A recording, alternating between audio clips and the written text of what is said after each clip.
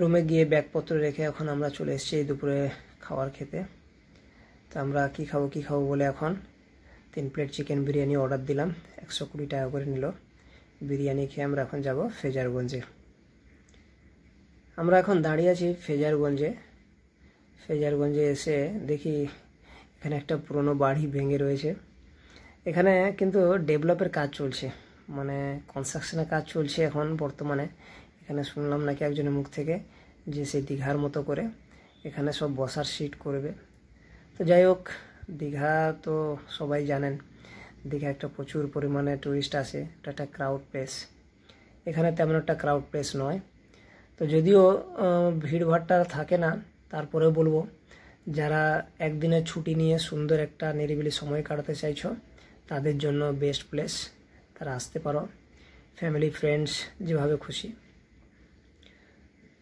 তো আমরা 3 জন মিলে এসেছি, তো আমাদের খুব ভালো লাগলো।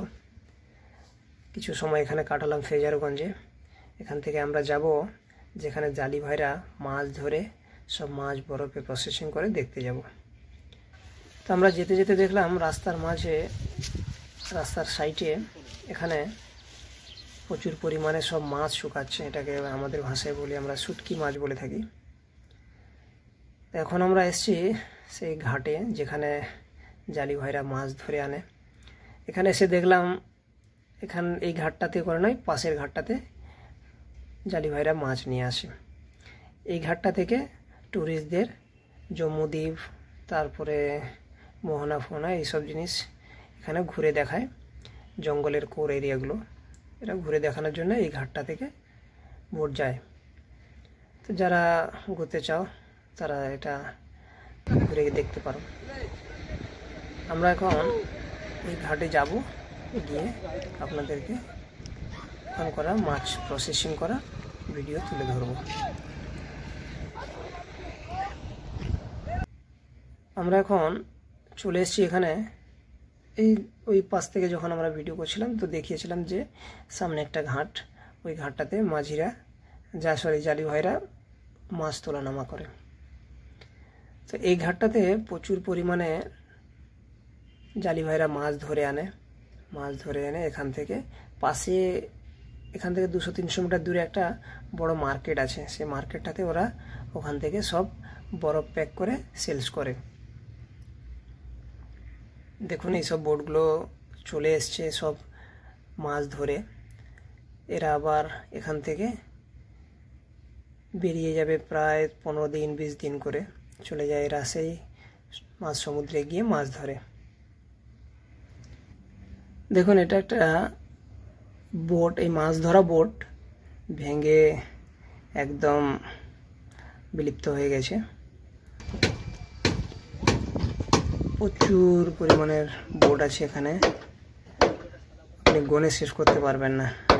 আমার তো ধারণা, আমি অনেকক্ষণ ধরে দাঁড়িয়ে দেখছিলাম, মানে কি বলবো, গনবো ভাবলাম, তারপরে বললাম যে না, অনেক বোট দাঁড়িয়েছে, গোনা সম্ভব নয়। তো ফ্রেন্ডস, আমরা ওখান থেকে ঘুরে চলে এসেছি এখন বকখালি বিচে নাইট ভিউ এনজয় করার জন্য। এখানে দেখুন প্রচুর পরিমাণে দোকান রয়েছে। তা হ্যাঁ, একটা কথা বলি, যারা বাইক নিয়ে এসছেন, কার নিয়ে এসছেন, এখানে পার্কিং চার্জ দিয়ে পার্কিং করাতে হয়। এটা হলো বকখালির সাইট সিন করার জন্য টোটো ভাড়া নির্ধারিত করা রয়েছে, এটা আপনারা স্ক্রিনশট দিয়ে রাখতে পারেন। এখন আমরা যাব একদম বিচের পারে। তো দেখুন দু সাইডে সব খেলনার দোকান বা এখান করা কিছু ট্রেডিশনাল জিনিস পাওয়া যায়, ছোট ছোট বোট, শামুক দিয়ে তৈরি করা বিভিন্ন রকম ঘর সাজানোর জিনিস, পেন্টিং, বিভিন্ন রকম জিনিস পাওয়া যায়। তো আপনারা চাইলে এখান থেকে কেনাকাটা করতে পারেন।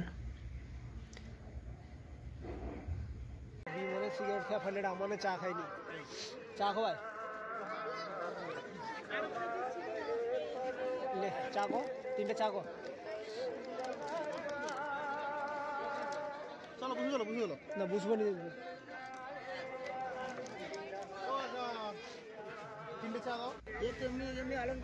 আমরা এখন 3 কাপ চা অর্ডার দিলাম। ফ্রেন্ডস বলছিল চলো ভিতরে গিয়ে বসি, আমি বললাম না, আমরা দাঁড়িয়ে দাঁড়িয়েই চা খাই। যাই হোক 3 কাপ চা অর্ডার দিলাম, দোকানদার কাকু চা বানাচ্ছে। এখন আমরা চা খেয়ে আবার আস্তে আস্তে করে নদীর ধার দিকে চললাম। এখানে দেখুন প্রচুর পরিমাণে নিত্য প্রয়োজনীয় খেলনা, ছোটো ছোটো বাচ্চাদের মনোমুগ্ধ করা খেলার জিনিস, বিভিন্ন রকম জিনিস দু সাইডে প্রচুর পরিমাণে দোকান রয়েছে। চাইলে আপনারা বাচ্চাদের জন্য নিজেদের জন্যও কেনাকাটি করতে পারেন। এখন আমরা একদম নদীর পাড়ে চলে এসেছি। এখানে লেখা আছে দেখুন, আই লাভ বকখালি। ওখানে গিয়ে কিছু ফটো তুলব। দেখুন সাইডে বারবিকিউ রয়েছে, চাইলে আপনারা বারবিকিউ খেতে পারেন এখানে। এই নদীর পাড়ে কিন্তু প্রচুর পরিমাণের মাছের ভাজা পাওয়া যায়।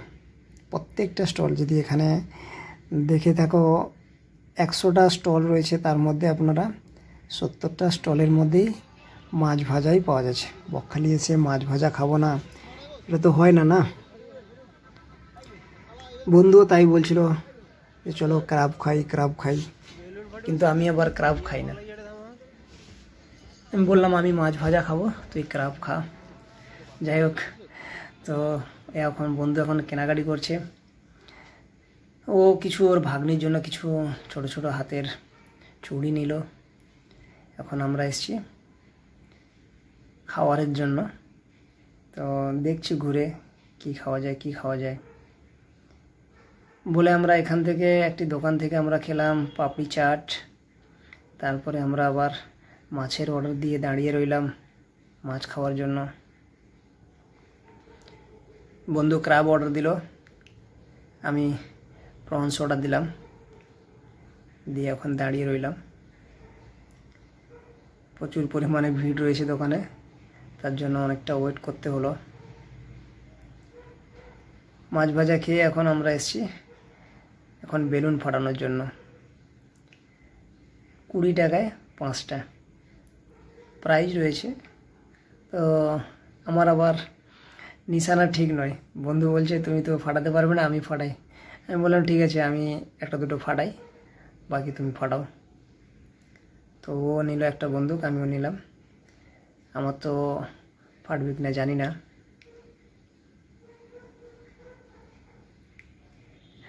দেখতে পাচ্ছ আমি মিস করেছি, বন্ধু ফাটিয়ে দিয়েছে একটা। ও দুটোই ফাটাচ্ছিল, দুটোই গুলি নিয়েছিল, দুটোই কিন্তু ফাটিয়েছে। কিন্তু আমি দুটো নিয়েছিলাম, আমি ফাটাতে পারিনি। ও দুটোতেই দুটো প্রাইজ পেয়েছে। বন্ধুরা, রাতের বেলা অনেক ঘোরাঘুরির পরে আমরা অনেকটাই টায়ার্ড হয়ে গেছিলাম। তো সকালে উঠে আমরা এখন রেডি হয়েছি নিকো পার্কে যাওয়ার জন্য। তো দেখতে থাকো নেক্সট ব্লগে।